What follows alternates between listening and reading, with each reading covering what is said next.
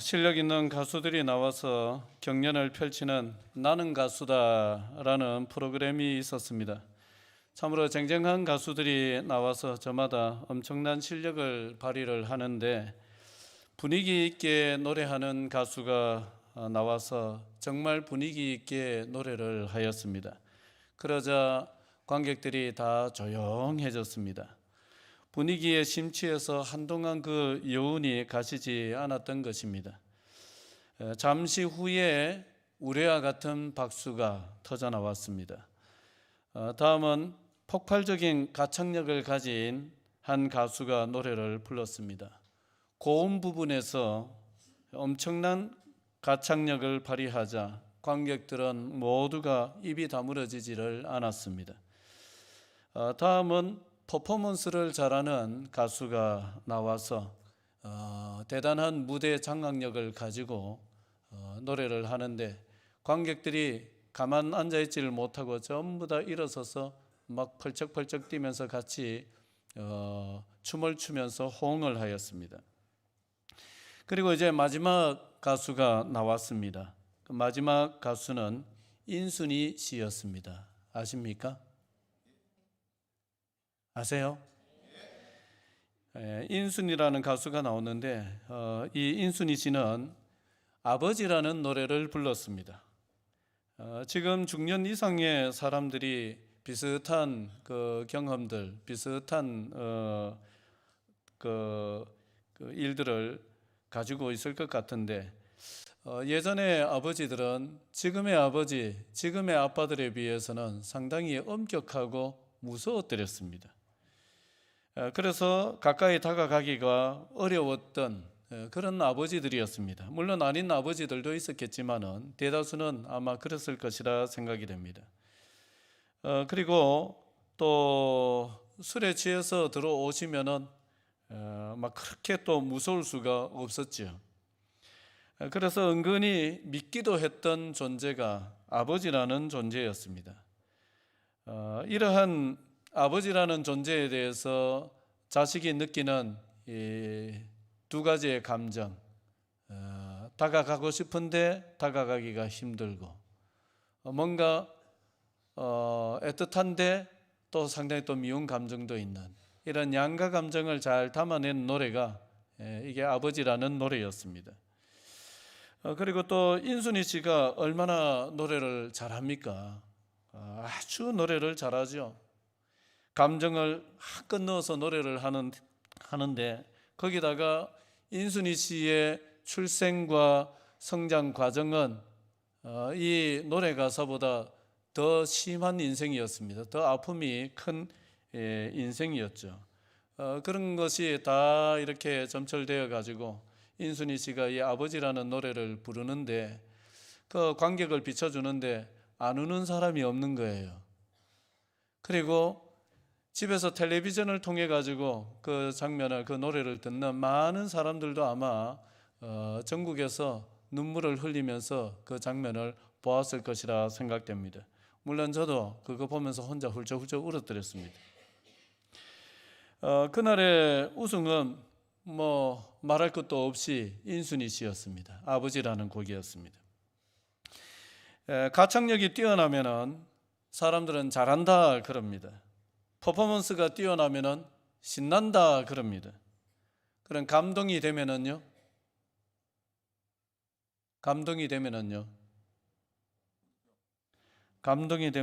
예, 울지요 하셨는데 감동이 되면은 마음이 그냥 활짝 다 열려서 마음을 다 내주게 되죠. 그것이 감동이 가진 힘입니다. 그 감동은 어떤 솜씨보다 뛰어나고 어떤 논리보다 설득력이 있습니다. 오늘 본문은 사울에게 쫓기던 다윗이 사울을 죽일 절호의 기회가 찾아왔지만은 죽이지 않고 살려보낸 사건입니다. 다윗의 이 모습은 놀라움을 넘어서 상당한 감동을 보는 이들에게 선사하고 있습니다. 다윗의 감동적인 모습을 조금 세부적으로 나눠서 생각을 한다면 첫째, 선을 지키는 모습이 대단히 감동적입니다. 다윗은 사울의 포위망에 갇혀가지고 도간에 든 쥐와 같이 되었다가 사울이 블레셋이 국경을 침범했다는 소식을 듣고는 급히 방어하러 가는 덕에 극적으로 살아날 수가 있었습니다. 그런 다음에는 이제 아둘람 굴에 더 이상 있을 수가 없어서 거처를 엔게디라는 곳으로 옮기는데, 이 엔게디는 사해 바다 근처에 있는 광야지대입니다. 나무 한 그루 없는 이런 퍼석퍼석한 광야지대인데, 희한하게 이 엔게디에만 오아시스가 있어서 그 물이 흐르는 오아시스 근처로는 숲이 우거질 정도로 풀이 있고 또 마실 물이 있고 또 그 근처에는 동굴들도 여러 개가 있고 이런 이제 지역입니다. 그래서 다윗과 부하들이 지내기에 안성맞춤인 곳입니다. 얼마 지나지 않아서 다윗이 엔게디에 있다는 사실이 또 바울에게 보고가 되었고 사울에게 보고가 되었고, 사울은 다윗을 잡으려고 엔게디를 뒤지게 되었습니다. 그러다가 뒤가 급해가지고 동굴에 볼일을 보러 들어가게 되었습니다. 그런데 그 동굴 안에 누가 숨어 있었습니까? 그 동굴 안에 다윗과 다윗의 사람들이, 다윗의 부하들이 그 동굴 안에 숨어 있었습니다.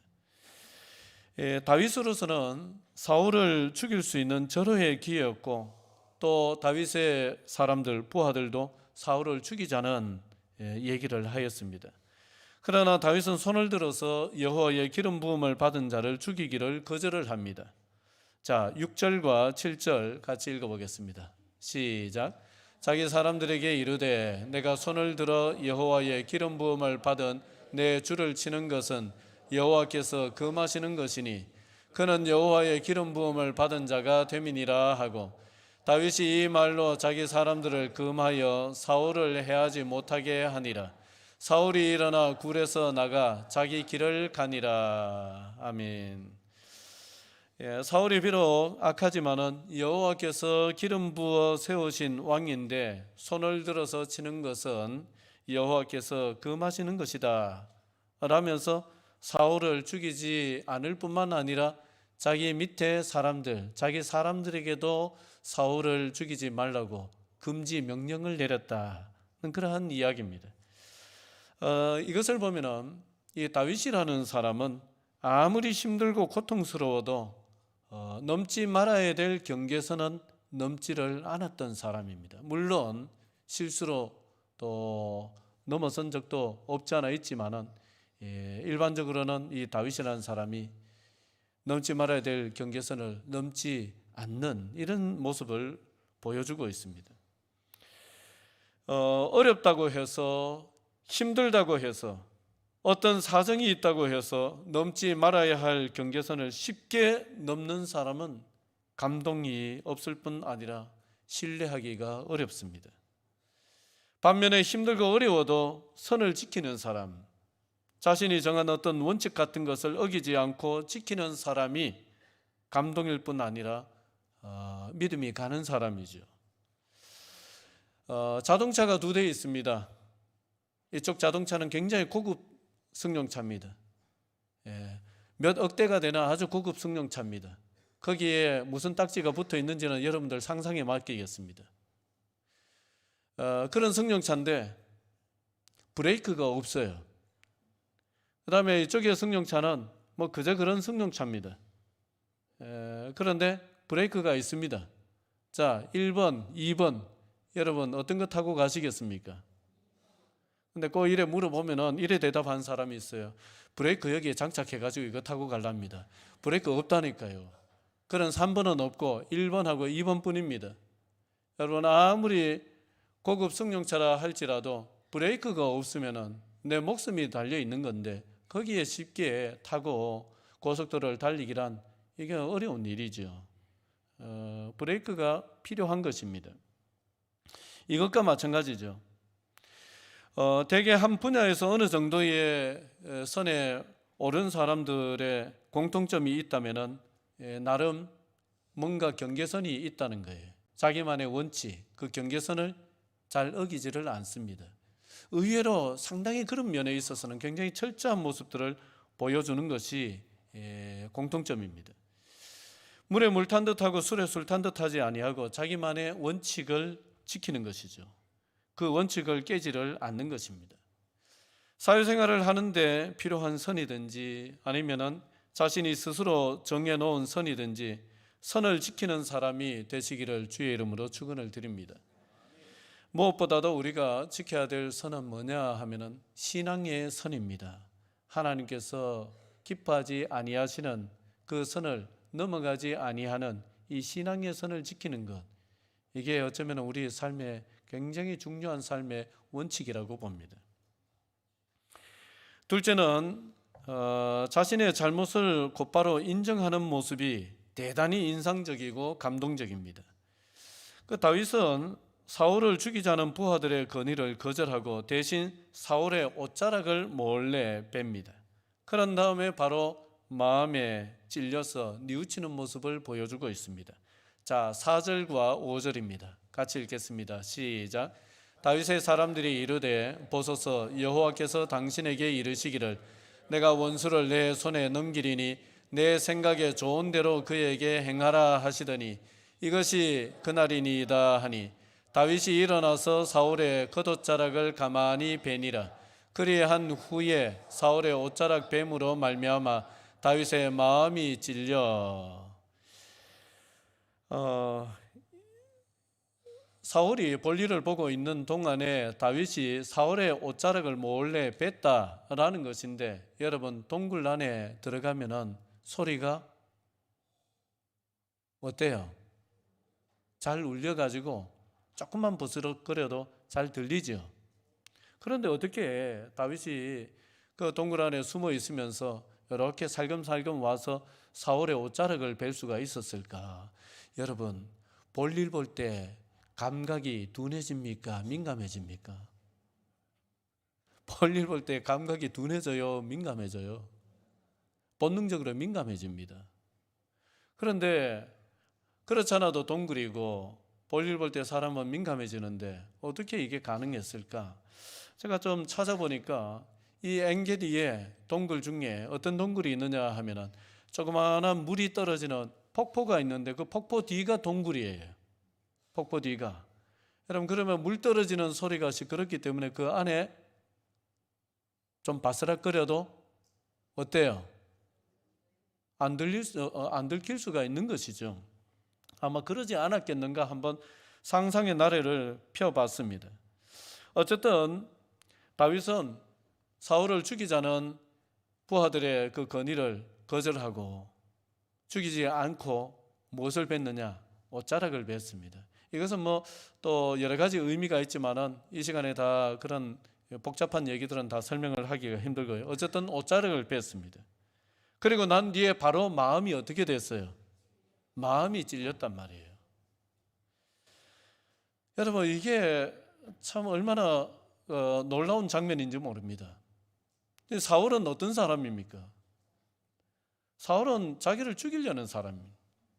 사울로 인해 가지고 내가 무슨 사울에게 큰 피해를 입힌 것도 아니고 오히려 사울에게 덕이 되는 일들을 많이 했죠.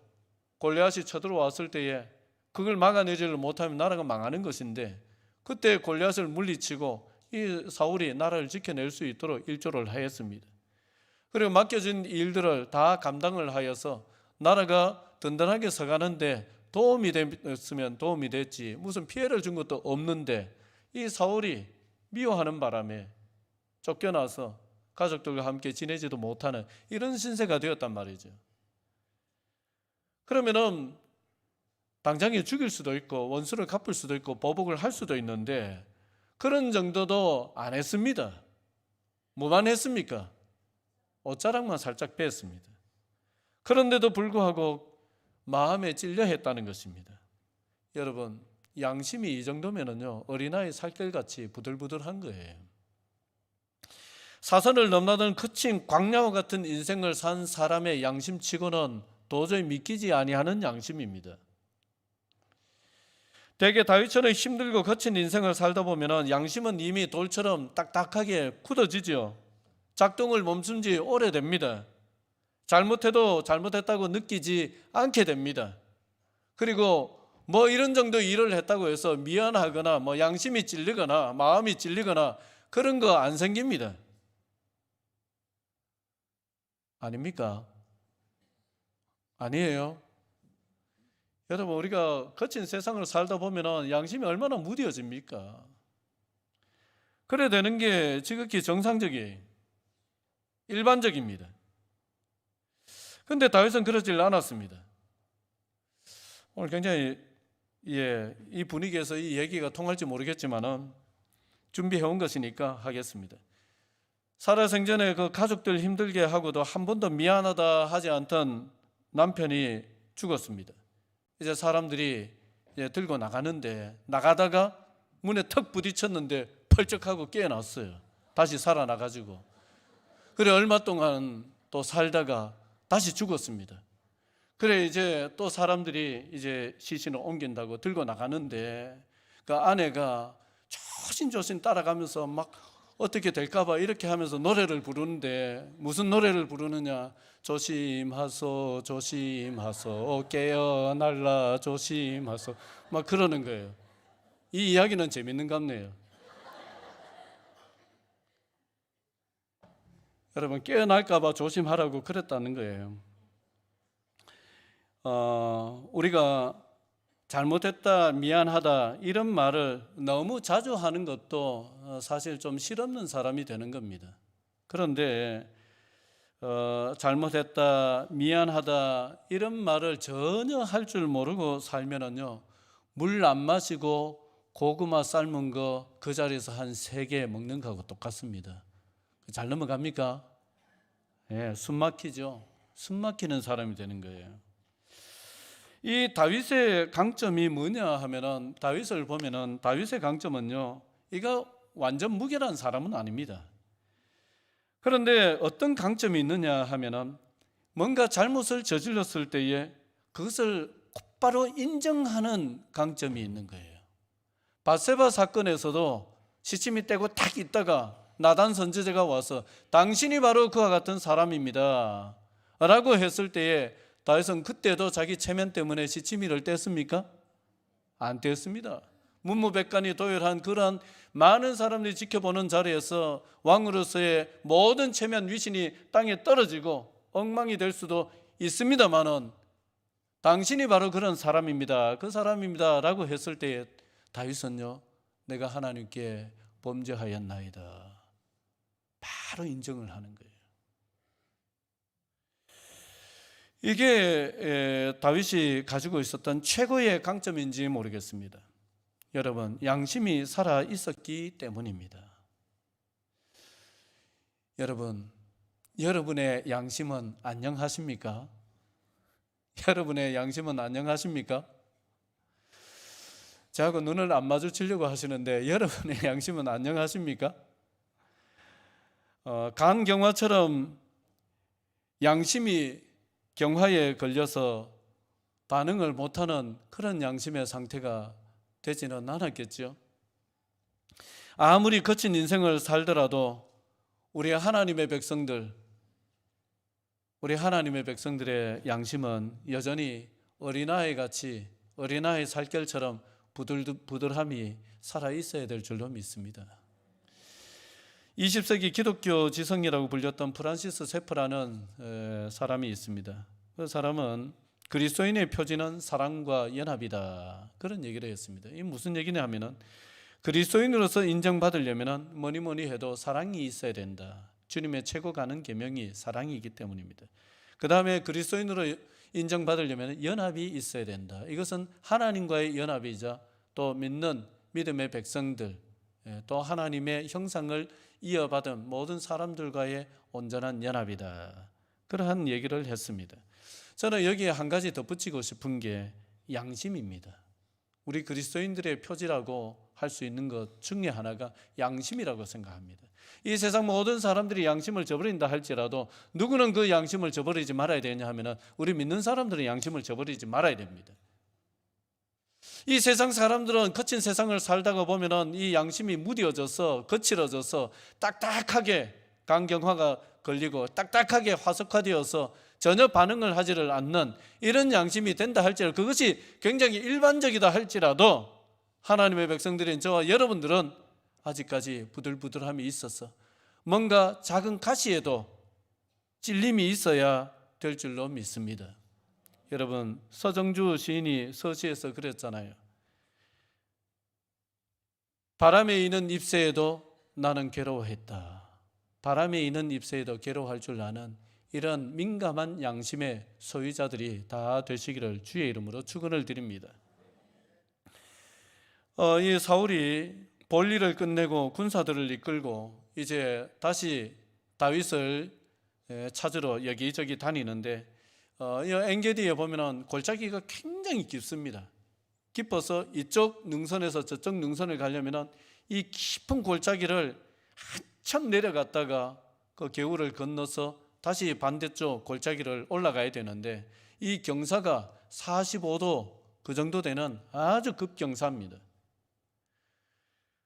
그렇게 아마 사울이 자기의 군사들과 함께 건너편 능선으로 건너갔을 때에 다윗이 굴 밖으로 나와가지고 사울을 불러 세웁니다. 그러면서 울분을 토하면서 사울에게 이런저런 얘기를 하죠. 너무 길 수가 있는데 우리가 한번 다윗의 심정을 느껴가면서 같이 한번 읽어보겠습니다. 시작. 오늘 여호와께서 굴에서 왕을 내 손에 넘기신 것을 왕이 아셨을 것이니이다. 어떤 사람이 나를 권하여 왕을 죽이라 하였으나 내가 왕을 아껴 말하기를 나는 내 손을 들어 내 주를 해하지 아니하리니 그는 여호와의 기름 부음을 받은 자이기 때문이라 하였나이다.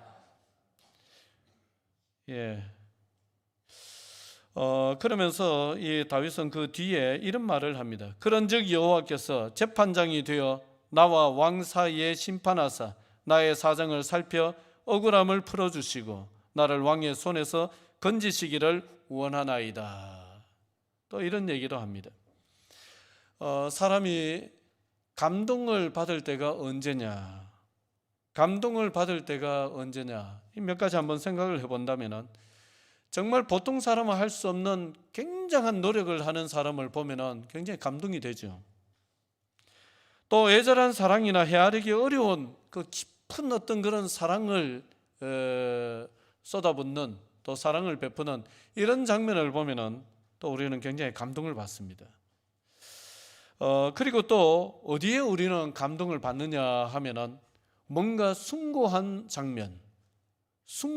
장면을 보면은 우리 사람은 감동을 받아요.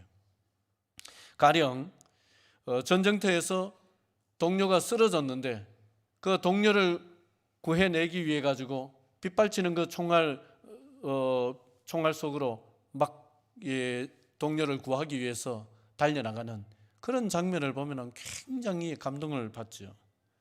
그리고 또 동영상에 보니까 로드킬 당한 강아지가 있는데 이제 죽어 있어요. 근데 그 옆에 동료인지 식구인지 강아지가 가지를 아니하고 그 찻길에서 차가 왔다 갔다 하는데 거기에 떠나질 않고 그 죽은 강아지 옆에 계속 이래 서성거리는 이런 모습들, 그런 모습들을 보면은 짐승이지만은 동물이지만은 뭔가 굉장히 숭고함 같은 것이 느껴집니다. 뭔가 짠한 감동이 느껴지는 거예요. 그게 뭐냐? 그게 숭고함이거든요.